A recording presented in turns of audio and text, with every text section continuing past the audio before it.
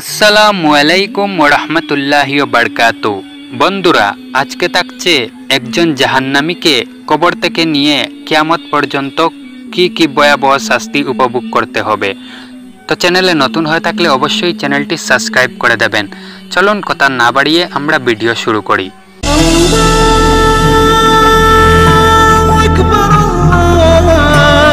এসে কন্টেন্ট।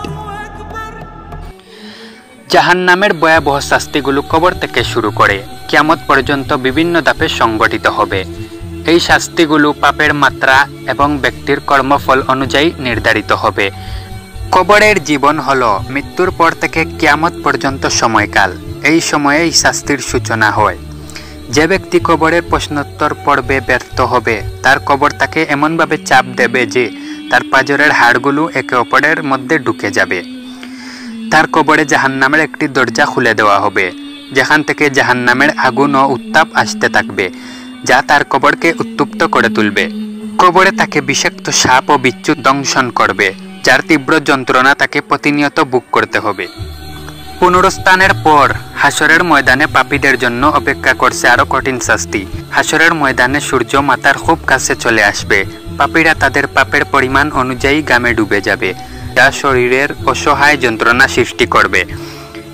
কিয়ামতের দিন পাপীদের মুখ কালো হয়ে যাবে।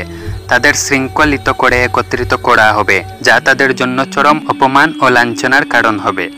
মিজানে যার পাপের পাল্লা ভারী হবে, সে জাহান্নামে নিক্ষিপ্ত হবে। সেখানে তার জন্য অপেক্ষা করছে অনন্তকালীন ভয়াবহ শাস্তি। জাহান্নামীদের জন্য তৈরি হবে আলকাতরা বা আগুনের তৈরি পোশাক এবং আগুনের বিছানা। এই পোশাক তাদের শরীরকে পুড়িয়ে দেবে এবং বিছানায় শোয়া মাত্রই তারা যন্ত্রণা অনুভব করবে। পিপাসায় কাতর হয়ে তারা পান করতে চাইবে, কিন্তু তাদের ফুটন্ত পানি বা পুঁজ পান করতে দেওয়া হবে, যা তাদের নাড়ি বুড়ি টুকরো টুকরো করে ফেলবে। ক্ষুধার্তদের জন্য রয়েছে জাক্কুম নামের কাঁটাযুক্ত গাছ, যা খেলে তাদের গলা ও পেট জ্বলে যাবে। জাহান্নামের আগুন পাপীদের ত্বক পুড়িয়ে দেবে। যখনই তাদের চামড়া পুড়ে যাবে, তখনই নতুন চামড়া তৈরি করা হবে, যাতে তারা শাস্তির তীব্রতা অনুভব করতে থাকে। পাপীদের লোহার তৈরি হাতুড়ি বা গদা দিয়ে আঘাত করা হবে, যা তাদের শরীরে হাড়গুড় চূর্ণ করে দেবে। তাদেরকে আগুনের শিকল ও বেড়ি দিয়ে বাঁধা হবে। এই শিকলগুলো তাদের গলা ও পায়ে জড়িয়ে থাকবে, যা তাদের চলাচলকে কঠিন করে তুলবে। এইসব শাস্তি মানুষের পাপের ফলস্বরূপ এবং আল্লাহ তাআলার চূড়ান্ত বিচার। তাই আমরা মহান রবের দরবারে এইভাবে তওবা করব, যাতে আমাদের এই ভয়াবহ জাহান্নাম থেকে রক্ষা করে আমাদের জান্নাত নসিব করেন। সবাই বলুন আমিন। তো বন্ধুরা, ভিডিওটি ভালো লেগে থাকলে চ্যানেলটি সাবস্ক্রাইব করে দেবে।